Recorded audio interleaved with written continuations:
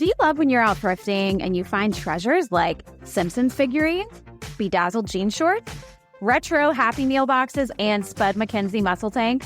Do you ever wish you still had your neon translucent landline phone, your Backstreet Boys collector cards, or your bright purple caboodle? If you ever wanted to wear geometric print parachute pants again, then you might be a Xennial. Or have a love for 80s, 90s culture like our special guest today. Hi, everyone. I'm Danny. I'm Katie, and you're listening to Generation in Between, a Xennial podcast where we revisit, remember, and most of the time relearn all kinds of things from our 80s childhoods and 90s teen young adulthoods. And today we are so excited for our two special guests. It's oh my God. Deal. We've never had two guests at the same time yet. So woo for us. We cannot wait to introduce you because we have our OG male Jennifer himself, Patrick, and his beautiful wife, Dina. Say hello to everyone. Hello. Yeah, we're so excited y'all are here. Of course. This has been so exciting. I'm so glad that y'all said yes. Patrick gave us an enthusiastic yes when we asked him to come on. Dina was a little more reluctant, so I'm so glad he convinced you. Yeah, I'm excited to be here. Yeah, it's just... podcasts are scary sometimes, so cool. Wow. No scariness. Okay, so before we get going and talk to them about all the fun things, we do have some circle backs and shout outs to get to. So Katie, we have a very important one first. Yes. Okay, so listeners, hopefully we are a little easier on your ears this time around. If you listen to our Summertime Memories or Dawson's Creek episode 9, they were a little poppy, a little crazy. You probably heard us breathing. God, it's like driving me freaking crazy. We had some output problems, but my husband, Brant, is a sound engineer, and he spent all of yesterday afternoon here in our studio trying to get to the bottom of the problem. And we actually think we've set up an even better recording system as a result. So big shout out. Yes, shout out. And for saving your ears, dear listeners. Yeah. So hopefully it sounds great this time. Yes. Thank you, Brant. We love you and appreciate you. Couldn't do it without you, for real. I'm telling you, Katie and her husband do all the hard stuff related to this podcast. I just show up. I do research and show up. That's pretty much it. Right. So we do have one more circle, actually two. Mm-hmm. Our friend Carlos loves to correct us. We decided we're just going to start calling his things Carlos Corrections. Yeah, or correct. Like, I love it. Because for today's Carlos Correction. I know. Go ahead. Oh, my first one? Okay, here we go. I'll do the first one. Oh, last one. See, I can't. When I write stuff down, I try so hard. Patrick and Dina are here, and I'm going to show you. I try to highlight it, so I know that is for Katie to say and not me, and I still mess it up, even though... Being red. Like, you know not to say. That's probably a better idea. It's a good idea. Okay, I'm going to try that next time. All right. If it doesn't work, then I'll let you know. So our first one, yes, I have to do this first one because it's my fault. It was the mess up that we did. So for those of y'all who listened to our episode on the Bratz documentary, our little intro, the first little question was a shout out to the Breakfast Club. And I wrote it wrong. And instead of saying the word basket case, I typed the word athlete twice. And Katie, because she's a great teleprompt reader, and it was highlighted in yellow, so it was my line. She had a Ron Burgundy moment where she just read what was in front of her. And we didn't even notice. Like, we did not even, take it. So it's like when they list all the different types of people in the Breakfast Club, right? So what is it? Athlete, princess, all the things. One of them should have been basket case, but instead I said like, athlete, princess, blah, blah, blah, blah, blah, blah, athlete, and then kept going. And we didn't know till we listened to it. And Danny noticed it right away. She's like, oh, we did that twice. I'm like, oh, whoop. And then I know Carlos, we're like, take it out and fix it. And Katie's like, let's see. I bet Carlos will fix that. And sure enough, the second he listened, he was like, okay. So that was my fault. My bad. Sorry. I am terrible at obviously following my own script. Your idea to fruition. Oh, yeah. And I'm great at reading script. A little shout out to myself. If you have a script you'd like me to read. Word. I'll do it. Nobody's going to call me. Thanks, Katie. Appreciate that, obviously. I'm good at reading scripts I don't write. There you go. There you go. That's the problem. Okay, so the second one. Okay, so the second one, and this will only be for people who are patrons of ours. And Patreon. This was an after show. Yeah. We did After the Brat documentary episode. And we said Emilio Estevez and not Martin Sheen. Charlie Sheen. I read it right. You guys, I did it. I changed it. Okay. We said Emilio Estevez and Charlie Sheen, who are the sons of Martin Sheen, were half brothers. Incorrect. Yeah. They are full brothers, biological brothers. Yes. It's just that their father goes by the stage name Martin Sheen, which is what Charlie followed, whereas Emilio went with their real last name in real life. Yeah, Estevez. Yeah, Martin Sheen's birth given name is Ramon Estevez. Mm-hmm. I did not know that. Did y'all know that? Yeah, Ramon Estevez, and he changed it so he could to Martin Sheen to get more roles in Hollywood. Yeah, which is a bummer. I know. So, I mean, that makes me happy that Emilio Estevez sort of reclaimed it in his own generation and was like, no, I'm going to use my real name and you're going to cast me. And people, but also Charlie Sheen. Yeah, it's also cast a lot. So I know. But Charlie Sheen was like, I'm not doing that. And he also got cast. So. Yeah. So, whatever. But they are full-fledged brothers. Yeah. So we messed that up. Sons of Martin Sheen and someone, who has a name also that's not in here. Their mother. What? Oh. It's like, what are you talking about? That was also my error. I said that too. So it's just all the corrections that Carlos had to fix for me. Okay. And this has been Corrections with Carlos, even though he's not here, brought to you by Generation in Between. Yeah. All Danny. But if you would like to sponsor Corrections by Carlos, let us know. Money, not him. Anyway. Money. Not him. He does it for free. Anyway. Okay. So that was all we got to do. So now we get down to fun. Are y'all okay? Y'all are sitting. Do y'all want to move? Yeah, you want to move the table. If you don't need the table, just give back. Good idea. Or Patrick and Dina, they're like sharing a microphone and 10 feet away. I know. There we go. They are married, dear listeners. I am going to just take their picture. Yeah, Katie's taking a really cute picture. Eddie. So they were trying to share a mic, and there was a table in between them. So they're like both like leaning over and like leaning towards each other. It was very 90 degrees, very awkward. So yeah, is that better? Okay. Yeah. So we've said you're here, but we haven't really said like why. Yeah. You are. Pertaining to us, because what was it? The last podcast you said, anybody can come on, but like you need to have a purpose of being here. Yeah. So what's your Patrick and Dina? What is our purpose? Well, so we own a little side hustle that we do. It started on Etsy. It's called Shiznit. Yeah.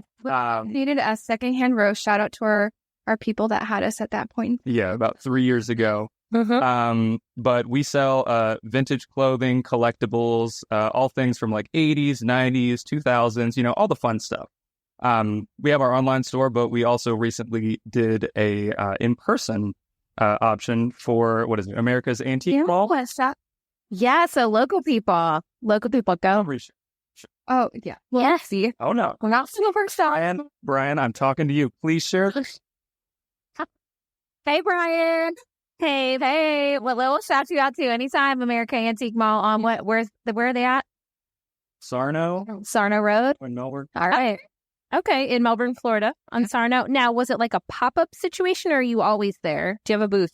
No, this is a very recent thing. We're in month 2 for having our own booth. I love that. Wow. Club events, things like that we felt like are curated for our vibe. And so we did the 90's Fest that we saw y'all. Yes. It's like that. We definitely have done the pop-up. But as far as having like a permanent space, a structure for people just to leisurely come in, this is month 2. I love it. Yeah. And it's definitely a lot less stress because like, you get a sale on Etsy and it's like, oh no, now I have to go print the label. Then I have to pack it up. Then I have to weigh it. Then I have to go we usually do like personalized letters that says, thank you so much for buying this. So like, we don't have to do that anymore, which is a shame, but it's definitely more convenient because the antique mall like takes care of it. And there's staff there and we know them and it's it's great. It's fun too. I like to touch things when I buy. I like online shopping is great for convenience, But when you're trying to find like something cool and vintage, and I want to see it in person. Yeah. Like I want to touch it. I want to feel it. I want to be excited about it. Because sometimes it's hard to translate on the internet. That's why thrifting is so fun.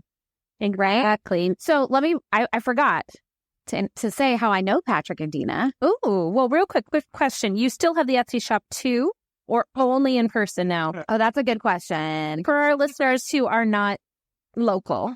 So we do have the Etsy store on up and running, but we are starting to fade it out. We think that if this is successful, we'd like to transition and pivot our business to be more in person, more things like that. Yeah. So plus with Etsy, like it's a hit or miss. Like you have months that are like fantastic. You're like, oh yeah, we're doing it. We're killing it. And then there's like these dry periods on it for some reason or another. Plus it's really pivoted towards handmade items. Yeah. Yeah. So it's maybe not our home anymore. Right. Because, we're considering, I guess all the kids are going to a website called Depop. Oh, yeah. There's lots of vintage clothing on there. Like, even Gen Z, like, like younger than us, are doing it on that website. Okay. So that's something we're considering, like, looking into in the future. Okay. Exciting. sounds good. Okay. So we should probably say, you guys are not Xennials. I know. Like, we should have said that. So they are not. They're affinity. They like the Xennial culture. They do. But you guys are millennials, yes? 93 and 94. 93 and 94. Okay. Could almost be their parents. You think so? Almost. Troy could. I love it. Put Troy good. Brent good and Troy good. Look at that. Good. Yes. Yes. Oh my gosh, I'm being so loud. See, are you not looking at my mic levels? No, that's not. Like, you're talking. Wait, talk. Hello. Louder. Out there. Yeah, no, you're good. You didn't get out. We're good. Cool. I can see it. We're trying to get this sorted with all the mic situation. But okay, everybody. I met Patrick and Dina, and did you see my shirt I wore today? This is why I wore it. So, and I know Patrick would not even address this and say this unless I mention it, because I met them when Patrick and I were both performers. What? And our mutual friend OP Garza's amazing project called Screamland, which we did in October of, what year was that? 2022. And crazy. Wild, right? 2 years ago. So I met them there. By the way, Patrick is an amazing actor, but he doesn't like to do it because it makes him nervous. But he's amazing, guys. Go look for him on YouTube and see the video content these two make. Oh my God, it's so good. We can link to it. Yeah. I'll link out show notes. Sweating, y'all. Because Dina is also, by the way, an amazing performer. You're not safe. Nobody's safe. You come on here, we let all your performer secrets out. Okay, it's gonna happen. So that's where we met. We got to just do fun. We did this. It was a dark, I don't know, explain what it was, Patrick. Like a haunted museum gallery kind of thing. Like interactive. Like you're walking around looking at the local art from like, was it like O'Gallions? Yeah. And, but there's live actors in there who go with the different themes that would just like interact and like play with you for a Yeah, it was basically, it was really fun. It was an immersive event. So it was all improv. We each had our characters, so you never knew what you were going to do. It was a blast. That was my first foray back into performing after like decades away. Wow. So it was so much fun. And Dina was there. You were just like the one, like the right-hand man for everything. She did tickets. She did entry. She did promo. I don't know. You did everything. And his shirt. Yeah. They gave her the t-shirt. So yeah, it was a blast. It was so much fun. It was a great time. So that's how I met them. And shout out to OP for including me in that fun project. He's awesome. We're going to have him on in October. Yeah. I cannot wait. Yeah. I mean, he told me yes, so now it's on there and y'all heard it. So he's better come in. And listeners, you can hold us all to it. Yeah. And OP. Yeah. So that's how I met Patrick and Dina. And then Patrick's amazing and has been listening to our podcast on the reg. I think you were one of our first listeners. Yeah. It was like, that's Patrick. For like Patrick and we have one download. It was Patrick. And then another one was my own husband. So like, yeah, you go. 2 downloads. No. So now we have like tens of listeners. At least, we getting there. Hundreds of downloads now. Yeah, we're getting there. Yeah. We're getting there. We're getting there. I'd say hundreds of people will listen to this. Yay, alarm. We feel over time, maybe thousands. Oh. Yeah, you guys are going to get all the, you're going to be flooded at the antique mall. It's going to be great. So Patrick, Dina, y'all are millennials. Yeah. So tell me, y'all were born in the 90s.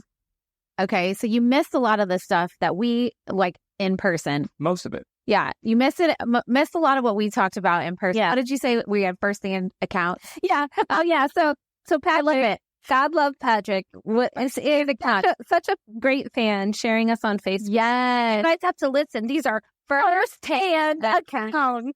And I was like, we're beyond the Titanic.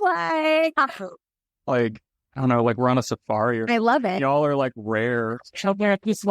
They really lived in the early 80s.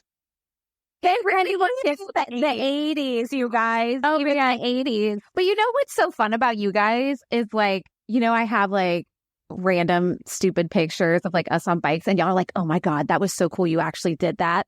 Because I forget, like, they were kind of like the last generation that had that. Or things, you know, with technology and everything. So tell us, you guys, what is it about like the 80s, 90s time period that you're so drawn to? And you probably have multiple answers for that. Yeah. Definitely. You want to go first or me or? Well, I think for me, the anchor of the vibes for the 80s and 90s would have to be nostalgia. If you think about it, I personally don't feel like the 80s truly ended, you know, in 89. It leads into the next, you know, decade. The early 90s go with it. Yeah. Raised by, you know, 80s people. Yeah. You know, so why not have that, you know, nostalgia tied to it for me? So it's super nostalgic to be like, oh my gosh, yeah, that was a cool outfit, Mom, that you wore. Oh my gosh, I remember like at my party, back on birthday pictures, videos, or whatever the case is. I'm like, she killed it. Shout out, Mom. Shout out, Mom. Yeah, I definitely have to agree with that. There's something very powerful about nostalgia, and when you become an adult and you have adult money now, I'm like, oh my gosh, I did want that toy when I was younger. Yeah, I can have that right now. Right now, I can choose to like fill because we have a game room. It started out as just video games, but it has slowly turned into an end all be all of just all 80s, 90s, 2000s stuff. It's like a museum. Yeah, it kind of is. That's awesome. We did bring a couple of things from that. We will be showing talent. Yay! I cannot wait. Yeah, I can't wait for that. I'm so excited. But yeah, it's just cooler. It's got like such a big vibe. I mean, I'm just like staring at your bag. Oh yeah. That's like personality. So It was very saturated. I you know, and I think too, like even though you weren't part of like our generation, you're able to look back on the things that we look back on it with fondness and be like, man, I wish I had that. Like we didn't have cell phones until we were almost grown adults. Like that, they weren't even a thing. The internet, like I remember like the first time we had dial up, like I used to type papers on a typewriter. Like, yeah. And I think that like, so we were the last people who did that. Like we really were. Yeah. And so I think maybe like, even though y'all weren't there, you can appreciate. I think it's almost like, this is really going to age me. Is like when we looked back on our parents' generation, like this, like, you know, the hip, like 69, 70s and stuff. Yeah. We're like, man, like that, they were the last people for that kind of vibe. So I know my parents still tell stories of when they would hitchhike everywhere. Oh, yeah, same. My dad. In the early 70s, like all across the country and just whatever. And no, I don't want to go out and like hitchhike. I think that's a terrible idea. Hitchhike. I value my personal safety, but correct. But it is that idea of just like, wow, you were like young adults and you weren't like, oh, I got to go to college, I got to whatever. You were just like, let's just see where the road takes us, you know? And again, it's not like I really actually want to go do that or that I did want to do that as a young adult, but the things they did there, I can have a nostalgia for that even though I didn't do it. Yeah. You know, and appreciate it and want to know more about it, you know? So anyway, I also love that the two of you love the aesthetic from the 80s and 90s. Yeah.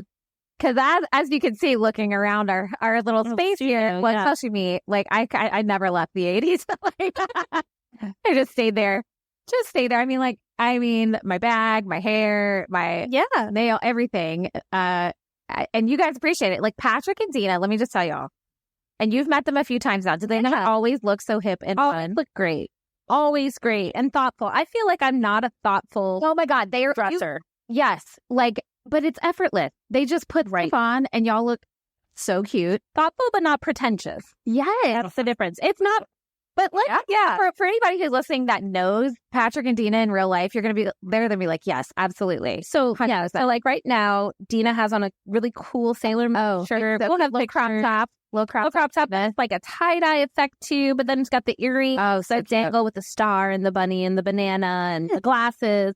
And we've got a gecko. Oh my God. Hawaii that Patrick's wearing, and some jean shorts and like a space age. It's geometric. 90's geometric. Yeah, I love it. I love it on his Apple Watch or smartwatch. So it's just like, I mean, and look at the glasses. How cute are they? Glasses are so cute. Like, I feel like I couldn't get my contacts in, so I just keep going. Can we come back? Just come on our podcast for us to talk to you about how wonderful you are. Wonderful you are. It's important to say that because you guys don't just appreciate, like, you like live it. Like, you live it. Like, you have rooms in your house. That's like your business. They do have, like, unfortunately, we have to have like full-time real people jobs. Like, So hopefully one day your hobby can become your passion can become your job. Agreed. Which is what Katie has 1,500 jobs. So she can do that. So eventually, hopefully, just the ones I like. So maybe 8 of them, right? I can do at a 15 or whatever. But that's my goal. But you do, like, you are a walking advertisement for fun vintage things. 100%. Like, literally. And I think too, like, that draws people. I noticed this at 90's Fest. Yeah. There were a lot of people set up, and some of them were really great. Some of them were like, and some of them just like didn't seem to have a passion for what out there. Just stuff. Like, it was just like stuff. And it's like, maybe it's cool stuff. Maybe you buy something, maybe you wouldn't. But you guys, it was like a whole vibe. Yeah. And I'm guessing where your booth is now, it's that way too. So when you come in, it's not just like, let's look at the stuff and this is cool stuff, but it's like, I want to be part of this situation. We definitely like took the extra thought in preparing our booth, because you walk around an antique mall, it's white pegboard. Yes. I'm just like, fine. We love our neighbors. Yeah, we're like, let's paint it yellow and purple right now. Work on it, and it stands out. You can't. Right. I would love it. When we were painting, it was like the day that people can come in and just restock. Yeah. You know, customers around, and they would all stop and they'd be like, "That's a loud color." They were like, like, that's the point. Yeah, they're like, hello, we're noticing.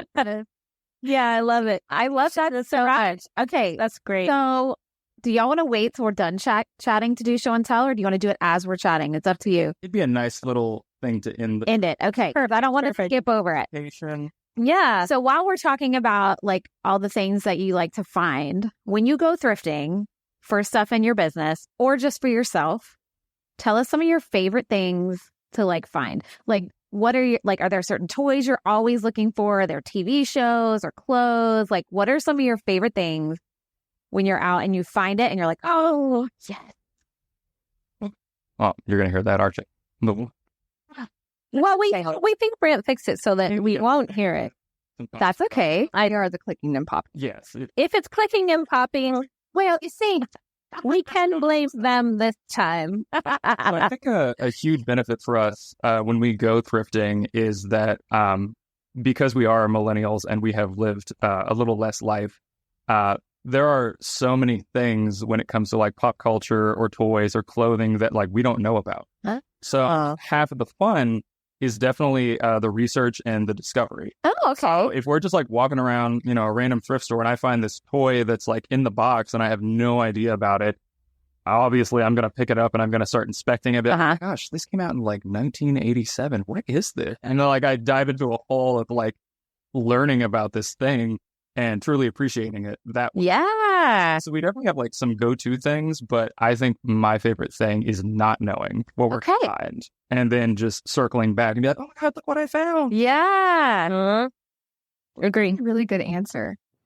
I'm sorry. Like, she's like, well, now what?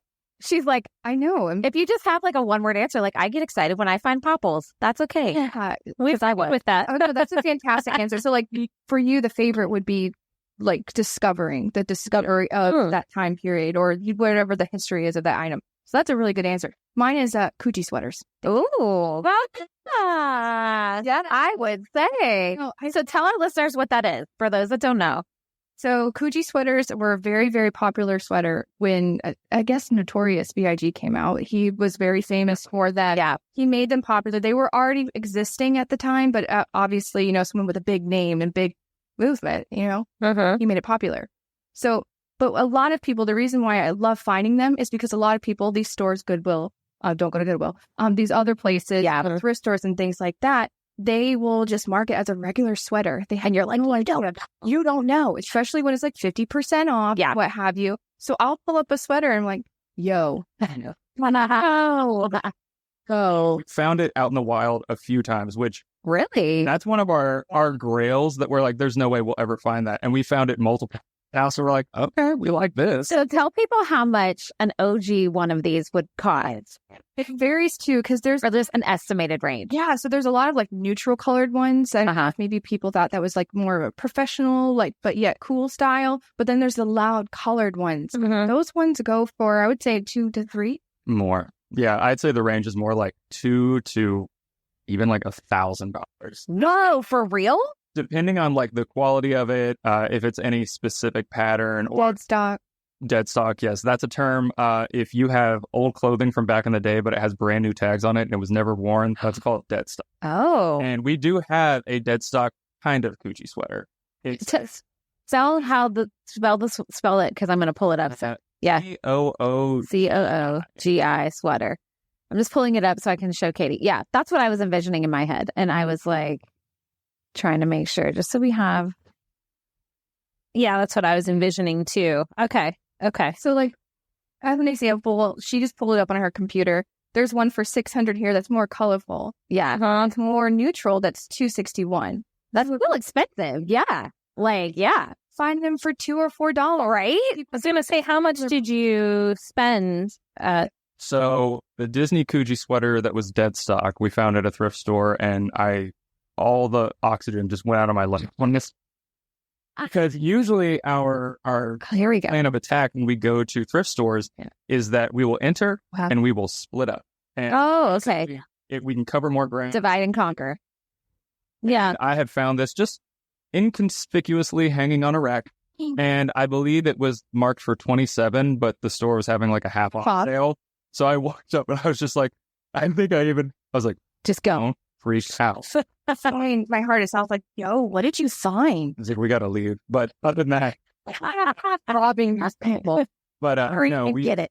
found there was also Marketplace is a good place to Oh, really? kinds of older things. There was a lady who was selling 3 of them for like, I don't know, like $150. But doing the math, I was like, that's still let's go. We made our money back on that, and we kept one, the coolest one ever. Yeah. I was gonna say, do you ever get stuff for your store, but then you're like, no, I just can't save up my time. Yeah, All the time. I just can't. All the time, because that's where it kind of started, was just wanting to do this for ourselves. We just going out and treasure hunting. Yeah, that's like Troy. Oh yeah, Troy. Yeah, he'll get things. That's how it started for him too. He just wanted the game, Right? And now And it's like, he actually wants to play them. Right. He's saying some people don't. Some people just he want does to have some. He did not say that. There are some things he does not. That's true.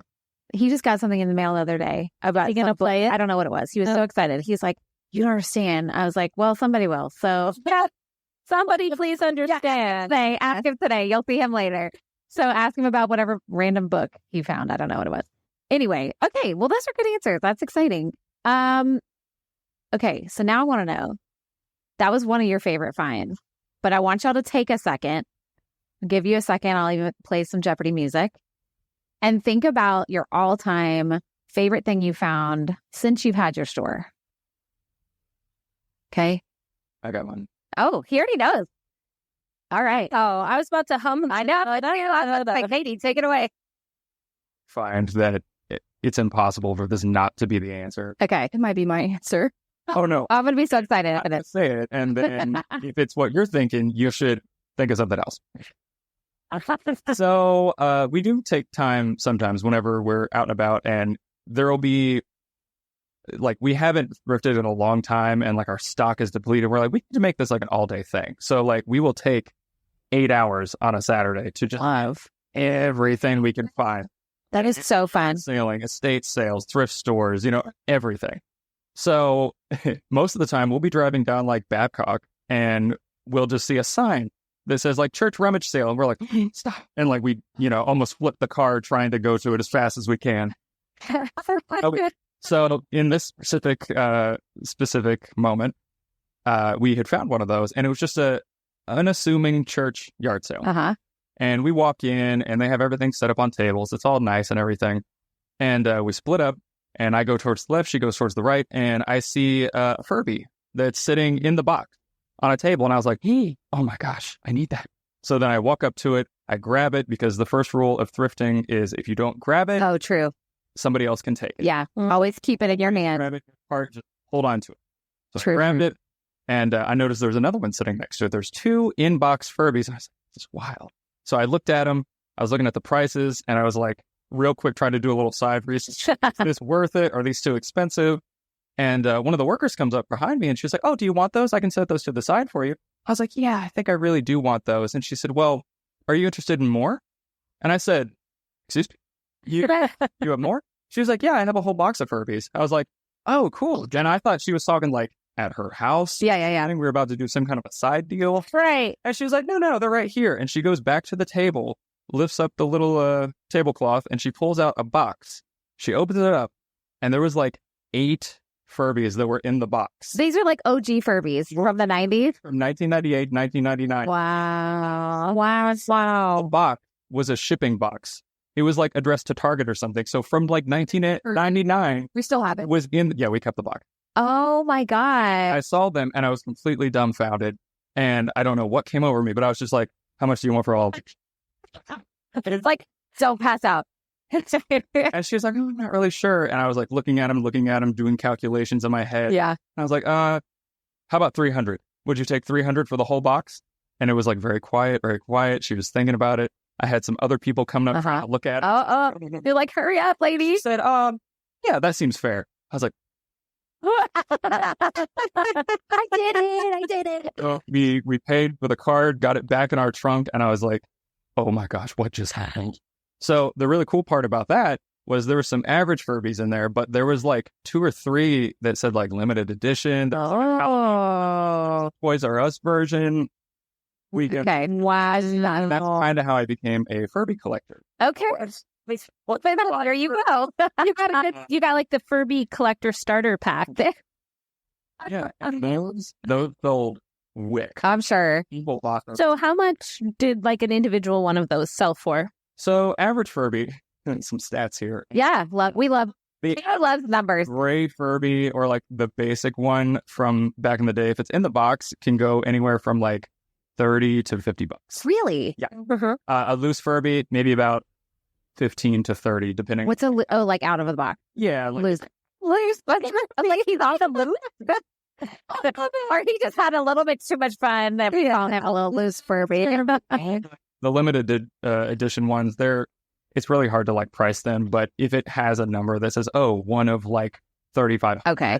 that makes it a little bit easier. Yeah. I have done a little bit of research since that time to I'm sure. compare Furbies, and I'm like, why am I obsessing over this? Like now I need the special edition Kid Cuisine Furby from like Oh my God, I that love. one's worth. Right. Yeah. Okay. Did you have a Furby, Katie? No. I mean, I know what they are, but I Did never your brothers have one? think any of us did. Okay, I had one. Okay. I was older when they came out, but like, I mean, as we know, if you listen to my podcast, like I watched cartoons my whole life, like whatever. Obviously, I don't grow up. I'm 43 and I still have pink hair. It's fine. Any of the animations on your shirt, literally right now. It's from a live show, but I have what? on your shirt, it's animate. Oh, it's a real person though. Oh. Yeah. Oh yeah. We'll talk about it later. Okay, so you guys probably did have Furbies as kids, because y'all were probably right in that time frame as like little kids. Yeah. So explain to us, for our listeners, we do have a lot of like really young listeners, which is amazing. Yeah. Like, Amazing. tell them what a Furby is if they don't know. So a Furby is a interactive electronic toy that simulates like a robot in a sense, but you as a child don't see it that way. You think it's your pet. A pet, yeah. And they have their own language that they can communicate, because Furbish, I think it is. Yeah. I love how I'm speaking when the head's next. Anyway, so it's like this Tamagotchi, but in real life. So you take care of a pet with a Tamagotchi, digital pet. but this is now a physical form of toy. You feed them, you wake them up, you talk to them. If you have multiple, they all like have a summoning circle of Furbish. Like, yeah. Oh, yeah. I forgot that they could talk to each other. They all, like, that's right. They can learn. They learn. It's crazy. It is a little frightening to think like, about. A little bit like AI, sort of. Kinda. 1998. Yeah. Wow. I remember when they came out, like, actually, it must have, did they come out in 98 or was it, okay. Yeah.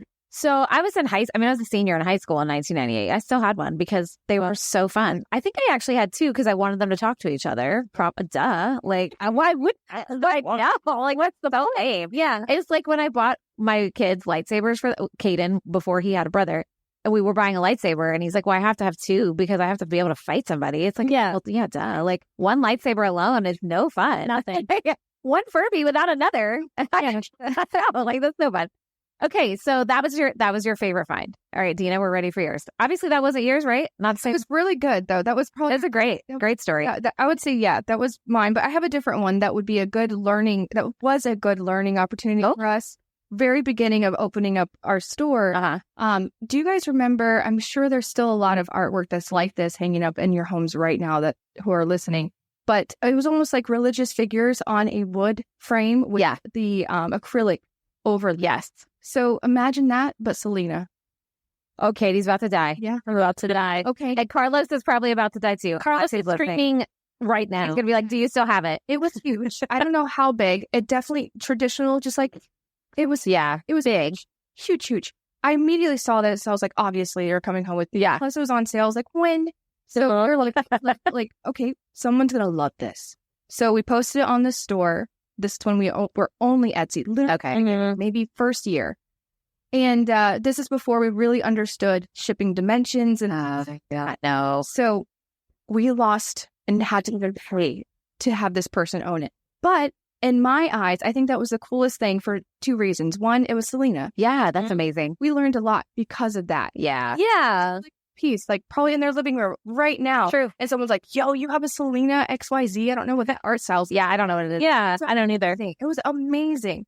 Yeah. That would be a good... I love what you said about the lesson too. Yeah. Because like, obviously we're learning lessons on our podcast and whatever happened with our sound last time, I think now we're going to have even more improved sound over what we had, or like even in like my studio, like we're trying different things. And sometimes like some of our summer camps did amazing and some didn't, and it's like, okay, well, what's the difference? And just kind of learning from that, but being like, but hey, even though this summer camp only has 3 people in it, those are 3 kids that are going to get to sing and act and blah, blah, blah. Like you kind of said about that, like it's not always the profit, especially when you're first getting started, right? There's a lot of like important things, especially in these areas where it's not a sure thing. Oh, yeah. Like, I've been, since we've opened up physically at our booth, I have been sweating the whole time because really we need to make rent. That way we're making profit. Yeah. Since it's this brand new thing, we have no data to like even support it. So our was like, okay, we're going to at least try it for the rest of the year. And I'm like, whoa, that's quite a bit of money every month we gotta make and move forward with. Yeah. So it's just like the Selena thing. We'll learn and then hopefully we'll evolve. I've found like when you make that decision, like you just did, like I just re-signed a lease for my studio, and I was more in turmoil when I didn't know what thing I wanted to do than when I was just like, okay, I'm staying another year. And again, when you add it all up, you're like, oof, that's a lot. I got to do this, this, and this. But it's also kind of like I've committed to this. And come what may, that thing is off my mind now, and we're just going to do this. And if you guys are there at least till the end of the year, now we have to come. We keep saying we need to make a field trip, and we've had zero time. We have. Our favorite phrase lately has been when school start. When school start. When school start. Like, let's do our website. When school start. Yeah, let's do our blah, blah, blah. I know. School starts. But we did go thrifting. So we should do that again. And go there. And wherever else. Like, so excited. You guys can totally make a segment out of it too. We will. Finds of like the 80s. Like that'd be fun. Oh, that'd be so fun. You're like a bingo thing that you guys have, like, Oh my God. 2 Cabbage Patch Kids. Like, Yeah. How about fun? We should get you guys to make us a bingo. I like that. Yeah, okay, do that. And then we'll start. When school starts. Katie, your jobs don't stop. when school starts. True. That's true. I actually am very busy. You're busy when school starts, but then we don't have kids all around. We can go during the day. What time can we go to your booth? I believe they're open from 10 a.m. to 5:30. Okay. And on Saturdays, it's 12 to 5. Okay. And you aren't physically there. When do you physically go? We put To restock? a while To restock. restock, refract. Idea. Uh-huh. Okay. All right. We'll make it happen. Okay, it's going to make us a bingo card. Like a real event. This place always does, different kinds of events. Oh, fun. I think this weekend they may even have like a car show on Sunday. Oh, Yeah, they do things constantly. that's cool. That'd be fun. Oh, yeah. I remember y'all did like an 80's thing. Yeah. Yeah. Yeah. I remember that too. Because we were like, dang, we should. Oh, You had something no, happening with I one of did. your kids. So, oh, yeah. Patrick and Dina do not have children yet. So that's when they're like, Yeah. well, I mean, I don't know your future. Yeah. You're like, It might be another. It might be another. I don't know. Fine. I mean, they have fur babies at their house. yeah.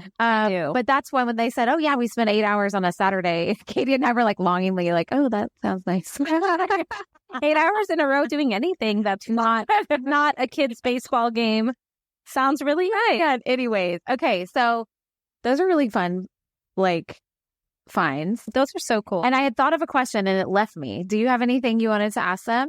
Yeah, I was just gonna say, is there anything you see a lot of? Like, what are some of the things that the market's saturated with? Like, a person like me might be like, ooh, like Pokemon cards, blah blah blah, or Tickle Me Elmo, ooh, and like unknowingly at a garage sale, be like, oh, this is worth a lot. Like, what are those things that maybe like aren't, that might be from the time period that really aren't worth anything? One that totally came to mind because you mentioned it earlier. Caboodles. Caboodles are everywhere, especially because there was the redo. The read. Yeah. And you can buy them in the store still now. Yeah, everywhere. So I think a lot of people might that are in the thrifting world, they might like, oh my gosh, remember the caboodle? I even feel like we saw like a mother be like, do you know what this is to their child? And they're just like, it. So that's a cute moment, but those are everywhere. So It's not worth anything. painful. Got it. Oh. Disney VHS tapes. So, yeah. And which we asked because we, and that's such a good one that you said because Katie and I were so excited. And I texted Patrick and he's like, no, we're good. For whatever reason, resellers or trolls or somebody on eBay was just like, oh, I have a black diamond edition of Beauty and the Beast, $2,000. Like, nah, it's like a quarter. Like, maybe $1 at best. Yeah, calm down. Yeah, Relax. every Disney VHS you find is probably not worth hundreds of thousands of dollars. Most likely it's going to be like a couple bucks at best. Yeah. Even the cover that has the phallic symbol. One that will not be named. They all. Yes, we did have one of those. That one's probably, I don't know, like 10, 15. Which we bought. If it's good. For $1. I did buy it for $1. Yeah. I just bought it just for fun because I was like, oh, does it? Because Katie and I found it. We're like, oh, but does it have it on the cover? And it did. And I was like, well, then it's coming up. And if you don't know what we're talking about, Google Disney VHS cover. Yeah, Little Mermaid. Phallic Ariel. Little Mermaid. Symbol, controversy. Yeah, Little Mermaid. Whatever.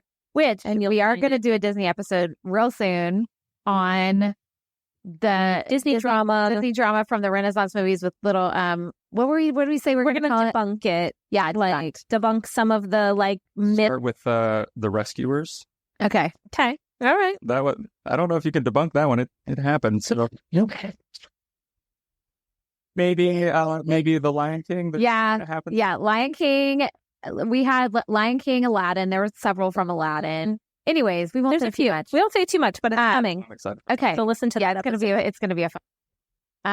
So, okay, I think we're ready for Chantalia. I think so. What else? Is there anything like y'all were like, oh, when we go on the podcast today, we have to talk about this?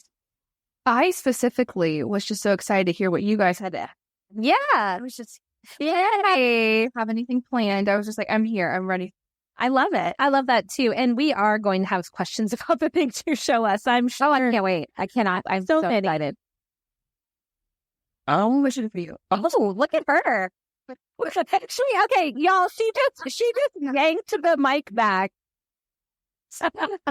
Sorry. Since starting your flipping business, Patrick, what is the number one or number two, number three? What's top three things that you have learned? I love it. What?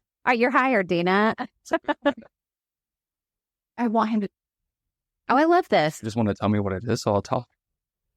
Oh, okay. She's talking about whenever we're out and about, what can we discern that is, because right now it's very popular for like 80s and 90s. So there is definitely going to be some confusion. Right. Like, oh, this shirt looks vintage, but is it? It's not. You know? Yeah. So definitely one thing to consider when looking at clothing specifically, the shirts that you have, just like a regular t-shirt, it usually has double stitching for new ones. So right now, if you we all have on t-shirt. Right now, everybody look at your shirt and it has double stitching. Yeah. Oh, mine doesn't. Look at this. Where? Yeah. It does live. But yeah, most shirts from like 80s and 90s, they'll only have single stitching, and it's definitely a different material. Another common thing would be to always check the tag. So like most tags nowadays are like just that screen print. Yeah. There is no tag. Yeah. But if it has a tag, it'll usually have some kind of embroidery, or it'll say petite. That's a dead giveaway. Or it says made in the USA. So all of those considerations, and then just like looking at, these defunct brands, like pick up a shirt and it says Blair. Yeah. Like, oh yeah, that's from like the late 80s. So that's probably definitely the biggest thing, is that we can go to a thrift store now and just scan over the clothing and like look at something and be like, oh, I know that one's one, and you pull it out and it is. Nice. So just lots of practice with that. Oh God, are you prompting me for more? What? That was one. She said 3. Those are great. Yeah, because I love hearing you talk about it, because it's anything, we even each other out, because he does so much research. Like, you think that we're just, thrifting, because we are, and super fun, but he's a wealth of knowledge. And sometimes I might pick up a shirt and I'm like, yo, this is amazing. And he's like, immediately he's analyzing it, like her finger. And he's like, no, that's not vintage. I was like, nah. And I Google Glass it. I'm like, you're right. A specific brand that tricks us constantly is LuLaRoll. You know the fabric. If you touch it, you know. But the visual, you see this really. I know the prints, right? Me too. That's it. Every time, and I get so pissed when I'm like, oh my God, I want that, and I'm like, no, I don't. Yeah. Yeah. LuLaRoll's a good one. Okay. That's about all. Do you have anything that you've learned that I didn't talk about? Well, you've done all the learning for me. Learning brain. I love it. Love that. That's great, because it sounds like y'all are, now I do know you guys in real life. They are like one of the perfect pairs that, how you meet people sometimes and you're like, oh my God, I can't ever imagine you with anybody else ever in your life, because y'all just fit very perfectly. That's how they are. So it doesn't surprise me that you're the same in business together as you are like in life. Right, because like some couples, they're great couples, but they can't work together. Me and Troy could be together. And that's okay. There's nothing wrong. Oh, no way. But I think like you guys have that special where apparently your relationship is great, but then also you can work together. Yeah. You identifying what his strengths are. Instead of like, if it was my husband, I'd just be like, why are you always mansplaining? Leave me alone. I want to buy this, but you're like, oh, thank you for the knowledge. Like, I love how excited he gets about learning about it. Yeah. Serotonin of either finding something so cool, or knowing that I'm going to flip it and I'm going to be, successful in that sense. But to look at him, and he's literally researching. He's like, I can pick up anything in our store currently, and he'd be like, the year is, the maker is, they stopped making, and this is why it's amazing. Like, wow. Love that. And I just love watching him do this. Well, that's that power. That's such a gift to your customers, too. It is. Like I said, at like 90's Fest, I could be like, this is cool person you have there. Yeah, do you want to buy it? It's $20. Right. But like Patrick would be like, oh yeah, that's from the blah, blah, blah. And that was the year they did this and that. And it does make you more invested in the thing that you're buying. It makes you more like, yeah, this is cool, not just because I like the way it looked, right? Which is a whole thing, and that's fine. You can buy things for that reason. But like the other side of that, the research side, the nostalgia side, it makes you more invested in the thing you're buying, which I think is really cool. It is cool. That's very cool. Like full circle, because, we started this by saying, why do you like 80s and 90s stuff? And in terms of like the business side of things, us liking it and enjoying those different kinds of things makes the product that much better. Right. Just put it back you out. Care about it. Yeah, exactly. And I feel that way because we curate everything that we sell. We're very much like, oh, I'm not going to sell this unless I know it's awesome. See, look at that. Which we miss a lot of times in our capitalistic culture. Had to do it, sir. Absolutely. I haven't said capitalism in a long time. I know. Yeah, I know. It's a record. We also mentioned the patriarchy. I was about to say, Katie almost did. I said mansplaining. When I said I haven't said patriarchy in a while. I did in real life, though, the other day. You did? The other day. How dare you? So, it's not do it on the podcast. No, just okay. But you know what? That makes sense to me that you love this podcast so much because we research all the things that we talk about. We do. And that was important to us. Yeah. When we were first talking, I was like, I don't want to just get on here and be like, we love Sesame Street. Yeah. Oh, here's my memories. I want to be like, okay, well, yeah, these were my memories when I was 5 or 6, but what do I know now? What do I have access to now? Like when we do our nostalgic or problematic. Even a movie I can't hardly wait. I was like, oh, this movie's great. This movie's safe. And then I watched it and I'm like, yeah, no.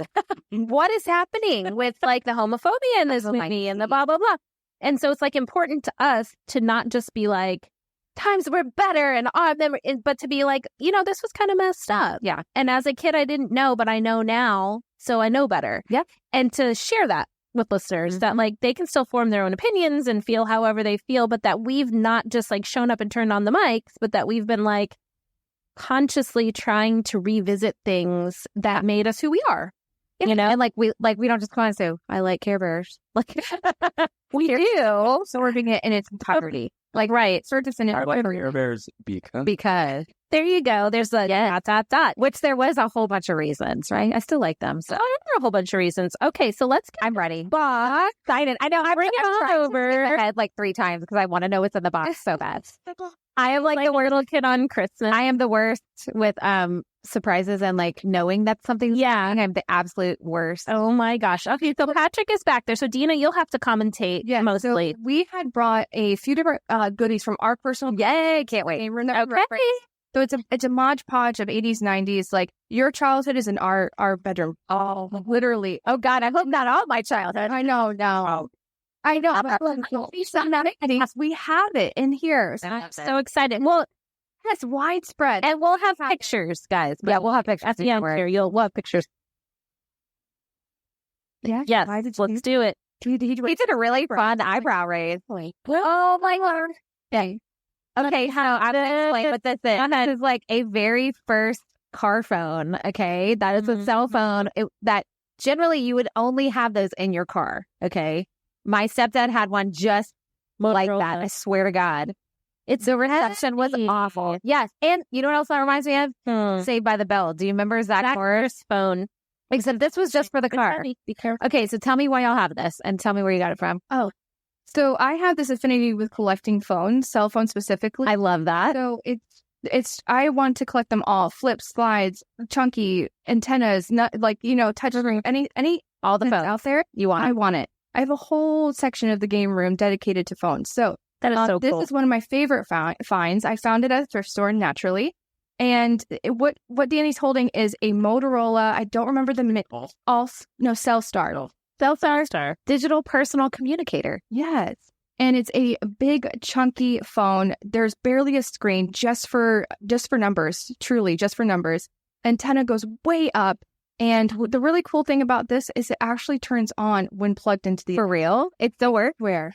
Because it weighs 500 pounds. Oh my God.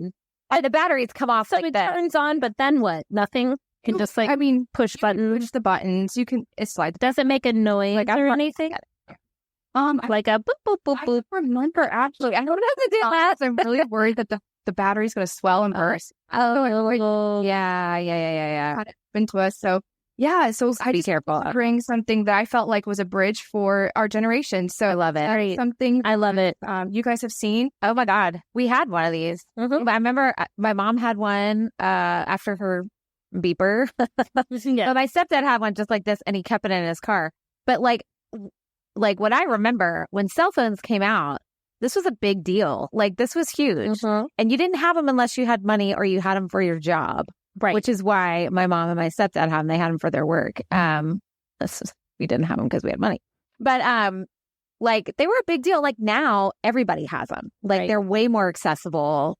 to have a cell, and you almost have to have a cell phone now. Well, because there's no longer payphone. No, things or landline access or landlines. So yeah, if you don't have a cell phone, you don't have connection. That is really cool. Wild. I love that. So wild. Like holding that, it's so wild to think, and then like looking at your iPhone right there. Yeah, literally.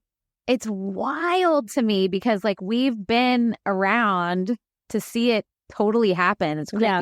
Like that's the age we are now. Yeah. That's the age. Relic. Literally, you guys saw the beginning to where it is now. And that's been a short time. Technology. Short. Oh my God. So short. Been so advanced. I just want to underline that. Yes. From the beginning. I mean, truly beepers and pagers, those kind of. Yeah, but no, you're right. That was the beginning. That was the beginning. Here we are.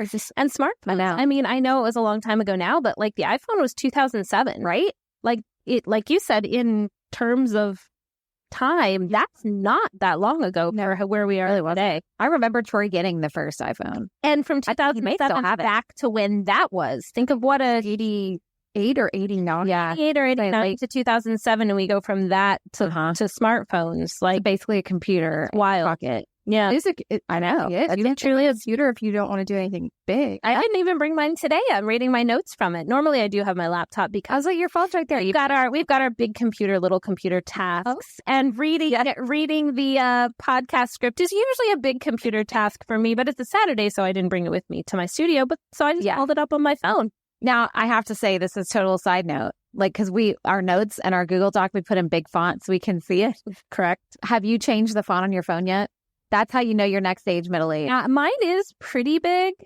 No, mine's big. Oh, no, that's yes. Okay, yeah. So you're there. Yeah. I did it for me because I struggle so much. I'm not at reading glasses yet, but I'm almost there.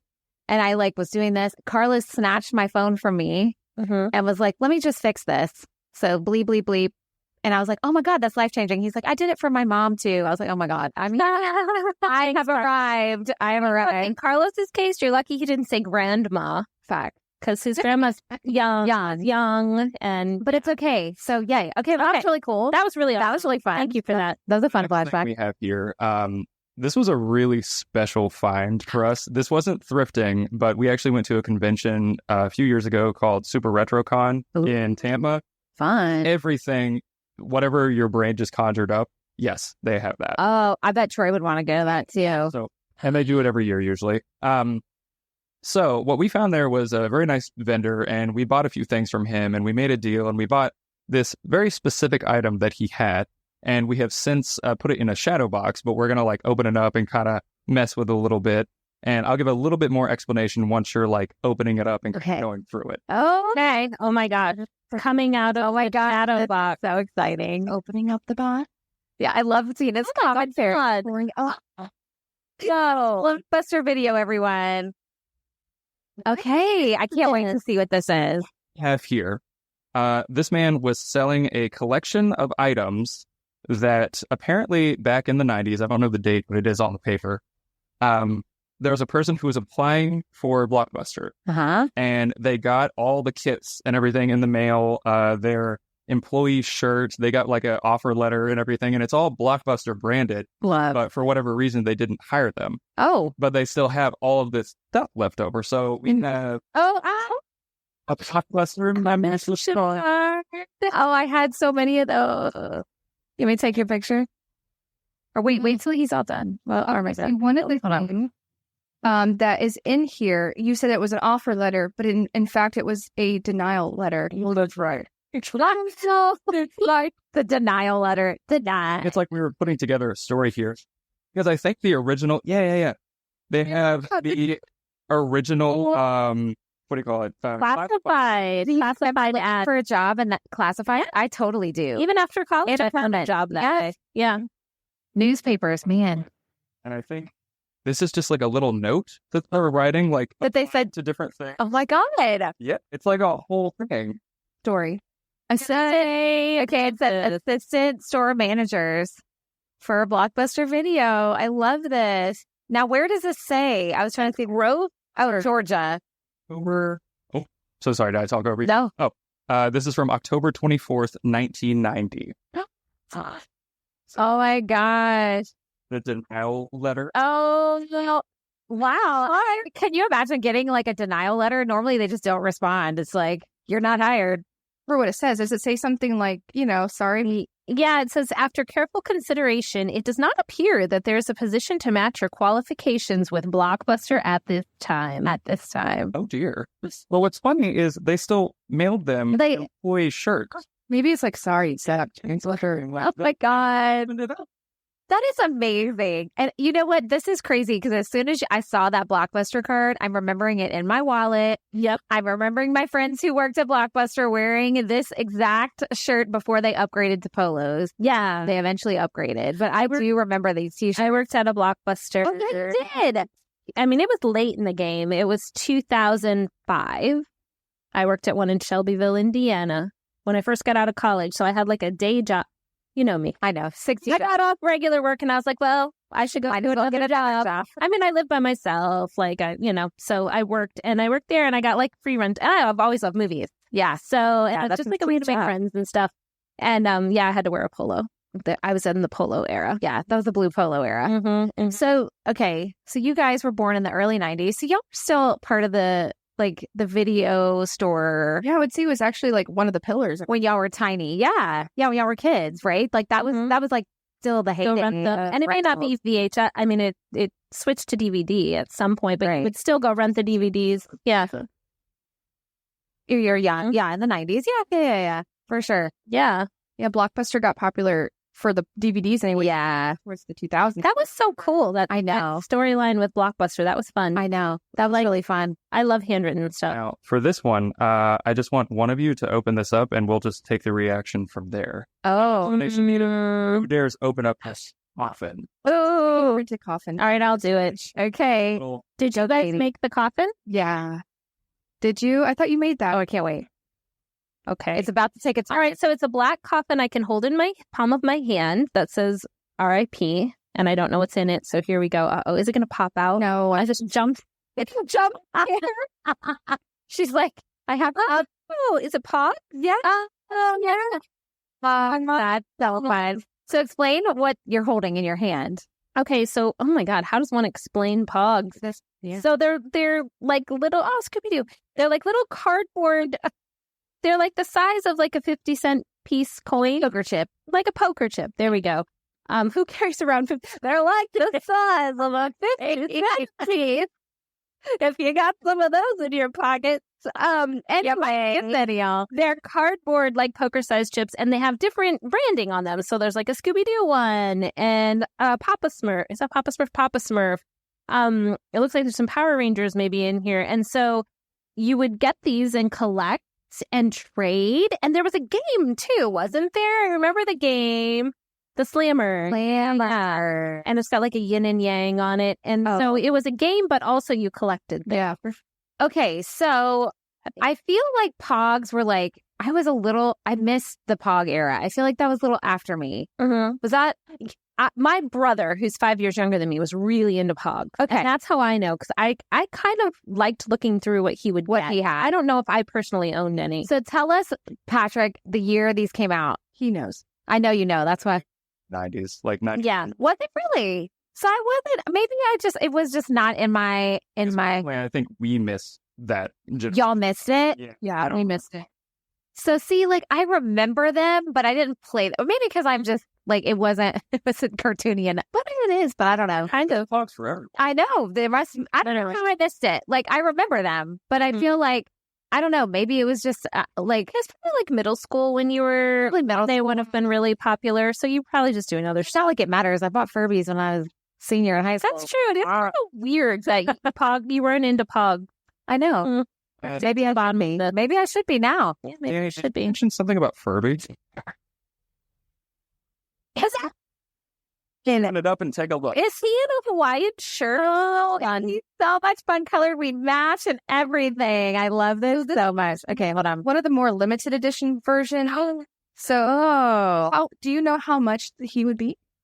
God, he's so I acted on impulse when I found this guy because we were at Goodwill one day and he had a price sticker for $100. And I said, you know what? Yeah, I'm going to buy. He said, I don't care. I love him. I looked it up after the fact. And since I'm an avid Furby collector, yeah, it was definitely going to be for me. And I think he's worth a little bit more than that, but nah, he came home. He said he looks like you, Patrick. I mean, he's got a, I guess, yeah, sure, for sure. Patrick in Furby form. And like some little cool little shoe. Of course, yeah, it's so cute. Katie, have you ever, does he work? Ever held a Furby. I'm not going to mess with him. I'm not going to mess with him. Yeah, he doesn't have battery. I'm not in him. Oh my gosh, I can still remember what they sound like too. Oh, y'all need to Google it right now. I won't try and do it because I will mess it up and sound weird. But what's the deal with the eyelashes? Why are they like this thing? It was just the design choice, I guess. I mean, why the Furby anything? Look at this thing. All the things going on with this. And I'm concerned about the eyelash. I don't know. Like, hello? But Katie's fine one though. Yeah. There's a better version. Well, not better, a different version. Oh, no. If the Furbies are way more relevant today than they ever were back in the 90s, if y'all go on the internet for just a little bit, you'll find some creepy Furby stuff. Like, people take the guts of them, their eyes, their faces, and put them on things, and they look weird and scary. No, Yeah. I'm scared. No. Well, now I'm going to do it just to see what happens. Oh my gosh. I think they're so fun. Okay, but we do know Katie is not a cartoon person, not a huge toy person. So that makes this sense to me that you're like, yeah, what's up with the eyelashes? And I'm like, I shall never play with this because of the eyelashes. Just kidding. I mean, he is cute. I gotta say. I know the packaging is so fun. That was part of the fun too in the 80s and 90s, late 80s, early 90s. Everything was packaged fun. Mm-hmm. Like when we did the episode about Gem and I was looking up to find a Gem doll, the box was just fun. It was. Like, and Troy and Kaden, my oldest, they love to keep boxes of stuff because they just, like, the box is part of the fun, especially because they're kind of sneakerheads too. So they keep all their shoe boxes. And anyway. So yeah, the packaging is bright. That was very orange cute. And green. Oh my God, he's so cute. Okay, wait, hold on. Before we move on, I have to put in what you told me to Google because now I have to know. I can't. Long Furby. Long Furby is one of the less demented versions. Okay. Furby. I'll take everyone listening. Everybody's doing it. And look it up. If you're driving, though. Oh, people are here. Yes. Oh, yeah, it's probably for Trail to Oregon. Let's finish here. Oh, ew. They're like stretched out. It's like Saw, but Furby. Creepy. It's like all these. It's very cursed. Oh, it's cursed? No. It's cursed. I'm automatically terrified. I'm like, oh, am I like, something's going to happen? They're going to climb out of my car. The guy has your IP address now. They're like going to climb out. This podcast is taking a whole different swing. I don't know what's happening, but that is creepy. I'm getting it off my screen right now. And look at that.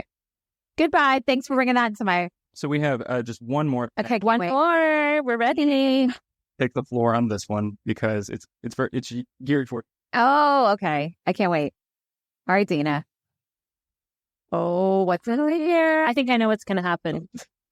Wait, but I know what. Before I open it. He just gave her a binder. I know it. Yeah. And there's sleeves in it. What can it be? If it's sleeves, it could be Pokemon. That's up. Let's find out, Katie. Yeah, thank you. Oh my God, Katie's like, yay, and her iced coffee's right there. I would have been sad. That would have been so sad. Oh my gosh. Okay, so my son, who's 17, loved Pokemon. Yeah. Of course, now at 17, he's like, I'm not really into Pokemon. But my youngest, Tegan, is obsessed. In fact, Danny's husband recently, this was last weekend, she came over and she's talking about Pokemon. He gave her a bunch. He's like, oh, and one was a rare. She's like, oh, this is a rare rainbow. You don't understand. Between Troy and the two kids, the Pokemon cards we have is ridiculous. And she has binders. So she came home and she put them in. And of course, knowing Troy, he gave them to her in cases, of course. Yeah. And she was like, Mr. Troy gave me this. Oh, and then So I have an attachment to Pokemon because your kid, my kid, have been so into it. And it's just fun. So fun. Not to sound old, but in this digital age where they're always on their screens, between that and the 50-cent piece, I'm like, you just need to give me my blue hair right now. But anyway, I like watching them organize. And my son now, who's too old for Pokemon, but he'll talk with her about it. He'll be like, oh, that's a black. I'll come back to it. That's what's cute because it's an excuse for him to participate with her.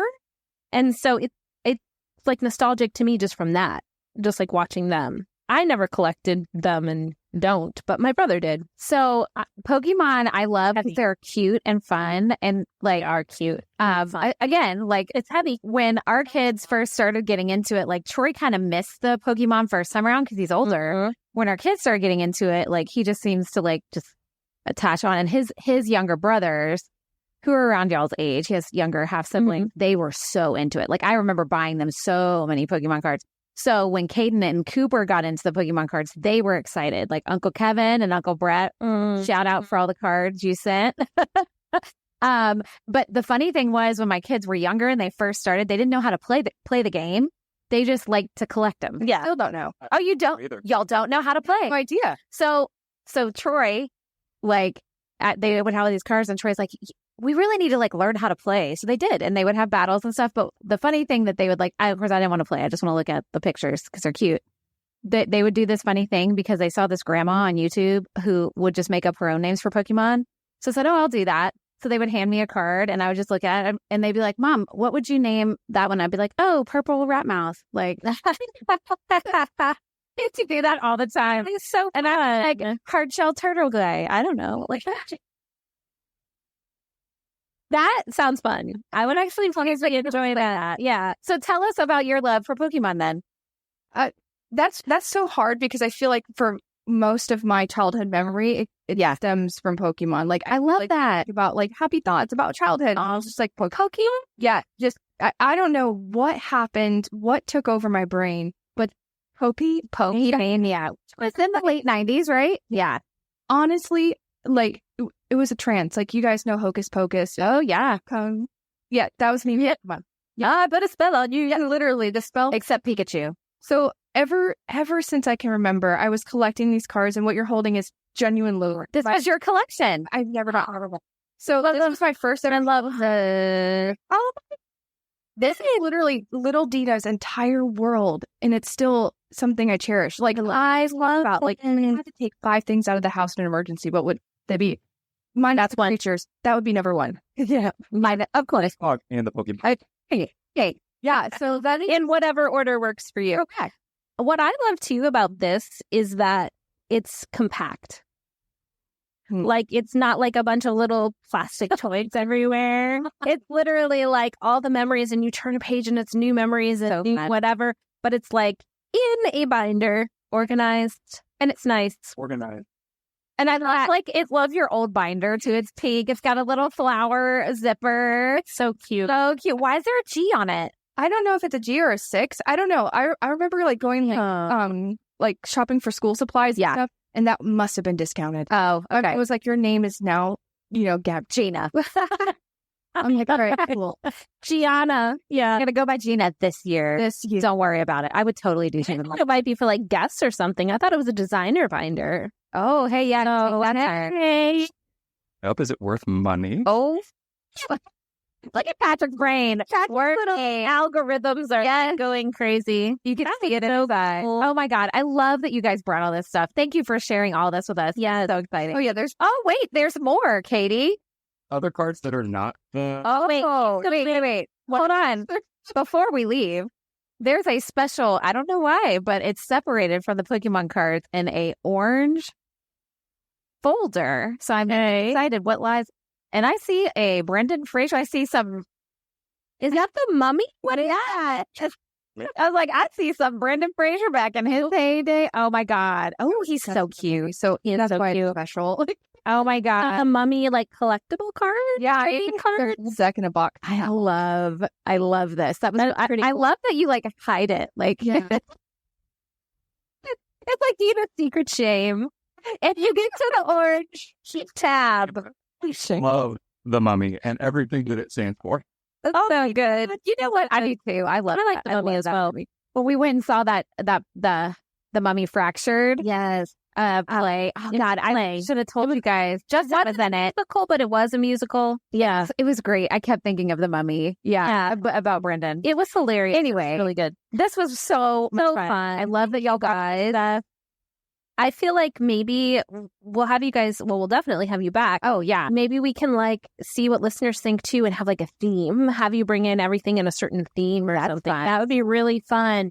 Maybe close to the holidays or something. Oh, like that'd be so fun. Great idea. Or like different, I don't know. I love it. And bingo card. Make us a bingo card and we'll go to the antique mall. I know you will. And he'll come up with something amazing. And it'll be so. And y'all, seriously, Google their videos because these two, when they say they are not performers, they're liars. Liars. They need to be doing that. And when to add that to your repertoire of things you do, and just like, yeah, hilarious. They're hilarious and so funny and so good. Awesome. All right. Well, thank you guys so much. Yay! For spending this morning with us. And we will have pictures of them as well as the things they brought in. And as always, wherever you're listening, leave us a review, please. 5 stars for Patrick and Dina, of course. Let other people's, let them know about us. Because that's how they're going to find us. That's how we're going to go. That's how we went from one listener who is here right now, hundreds of listeners to potentially 1,000 down the road. So thank you, everybody. And if you want some more bonus content, we're going to have an after show of today's episode over on Patreon. You can follow us there as well. So thanks, everybody. And before we go check out Shiznit at America's Antique Mall here in Melbourne. So if you're local, take a swing by there. You may see me and Katie on a bingo hunt. So you might. Oh, maybe we should post it. And then if people want to do it themselves, they can. We're doing that. Event. Meet up. We are going to actually do a meetup sometime in the fall. We're going to have a whole event here with karaoke and trivia. I know you guys love karaoke. Yep. Dina and I sang a solo of Spice Girls. You were so patient with me. What are you talking about? It was so much fun. We may have to relive that. So. Okay. Anyway, we'll stay tuned for that event as well. All right. Thanks, everybody. Next time. Bye. Bye.